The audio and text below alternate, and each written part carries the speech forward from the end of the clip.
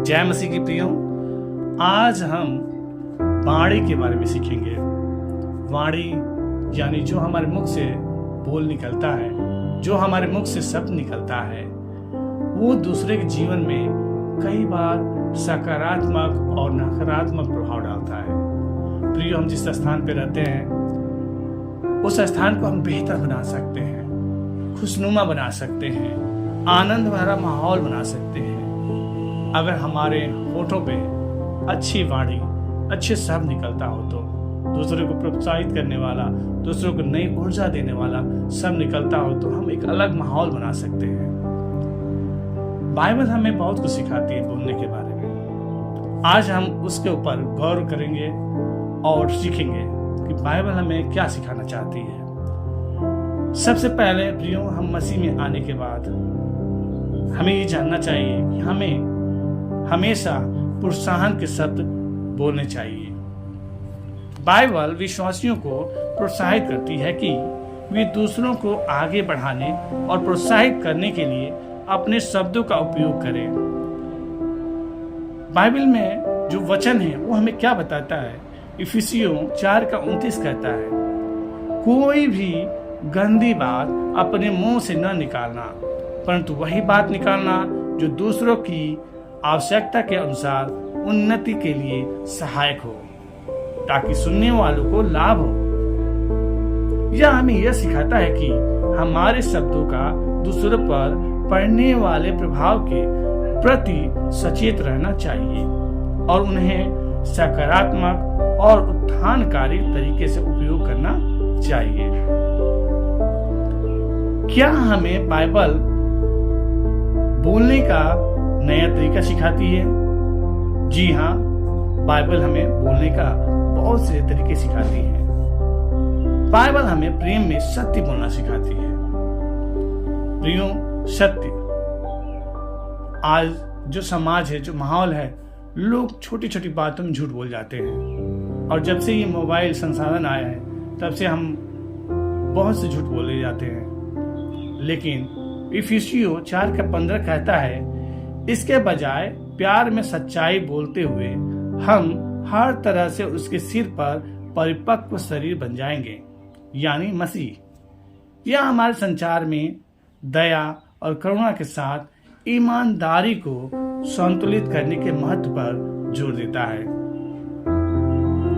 प्रियो, हमारा जीव जो बस में नहीं रहता है ना, तो जीव को हमें बस में रखना चाहिए, उसकी रक्षा करनी चाहिए। बाइबल अनियंत्रित जीव के खतरों के प्रति चेतावनी देती है। याकूब 3:5-6 कहता है, इसी प्रकार जीव भी शरीर का एक छोटा सा अंग है, परंतु बड़ी डींगे मारती है। सोचो, एक छोटी सी चिंगारी से कितने बड़े जंगल में आग लग जाती है। जीव भी आग है। संसार है शरीर के अंगों में बुराई का। यह हमें हमारे शब्दों के प्रभाव के प्रति सचेत रहने और अपनी वाणी में आत्मनियंत्रण रखने की याद दिलाता है। बाइबल उपचार और पुनर्स्थापन लाने के लिए शब्दों की शक्ति को पहचानती है। नीति वचन 12:18 में कहा गया है, लापरवाहों के शब्द तलवार की नाई चुभते हैं, परंतु बुद्धिमान की वाणी चंगा करती है। यह हमें अपने शब्दों का बुद्धिमानी से उपयोग करना और संतावना, समझ और मेल मिलाप के शब्द बोलना सिखाता है। प्रियो, कई बार हम हानिकारक और बेकार शब्द बोल जाते हैं। वो शब्द जो जरूरी नहीं है, बोलना आवश्यक नहीं है, लेकिन बेवजह कई बार हम लोग बोल जाते हैं। तो बाइबल ऐसे शब्दों के इस्तेमाल के खिलाफ चेतावनी देती है जो हानिकारक, धोखेबाज या बेकार हो। मत्ती रचित सुसमाचार 12:36 और 37 में कहा गया है, परंतु मैं तुमसे कहता हूं कि न्याय के दिन हर एक को अपने कहे हुए हर खोखले शब्द का हिसाब देना होगा। क्योंकि तुम अपनी बातों के कारण निर्दोष ठहरोगे और अपनी बातों के कारण तुम दोषी ठहराए जाओगे।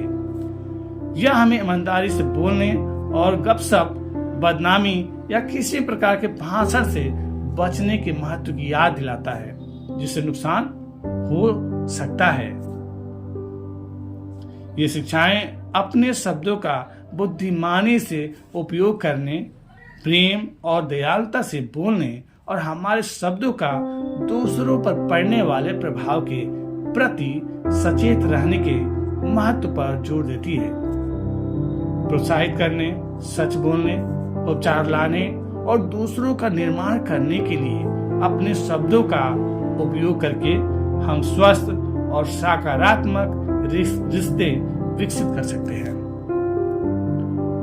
प्रियो, आज हम परिवारों में, अपने कार्यस्थल पे, समाज में एक अलग प्रभाव डाल सकते हैं अपने अच्छे बोली वचन से। तो जो आज हमने सीखा है, परमेश्वर इसमें आपकी सहायता करे, आपके होंठों को नियंत्रण करने में सहायता करे और उतने ही शब्द बोले जितना आवश्यक हो। वही शब्द बोले जो दूसरों को उत्साहित कर सके, वही शब्द बोले जो दूसरे के जीवन में प्रभाव डाल सके और एक अच्छा और गहरा प्रभाव डाल सके। प्रियो, आइए हम प्रार्थना करें।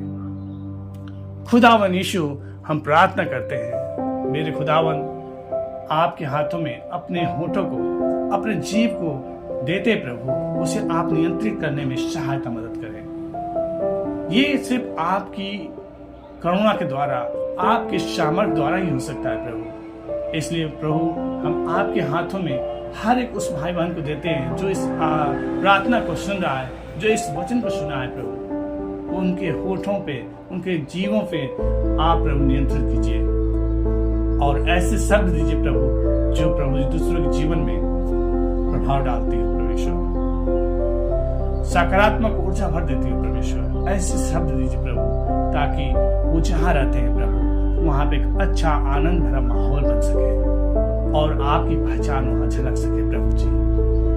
हाँ प्रभु, आज के इस विषय को हम आपके हाथों में देते हैं। विश्वास करते हैं आपने विनतियों को सुना है, ग्रहण किया है। धन्यवाद। प्रभु यीशु के मीठे मधुर नाम में हम मांगते हैं, सुनिए, दया से कबूल कीजिए। आमीन। प्रियो, सबको जय मसीह की। God bless you.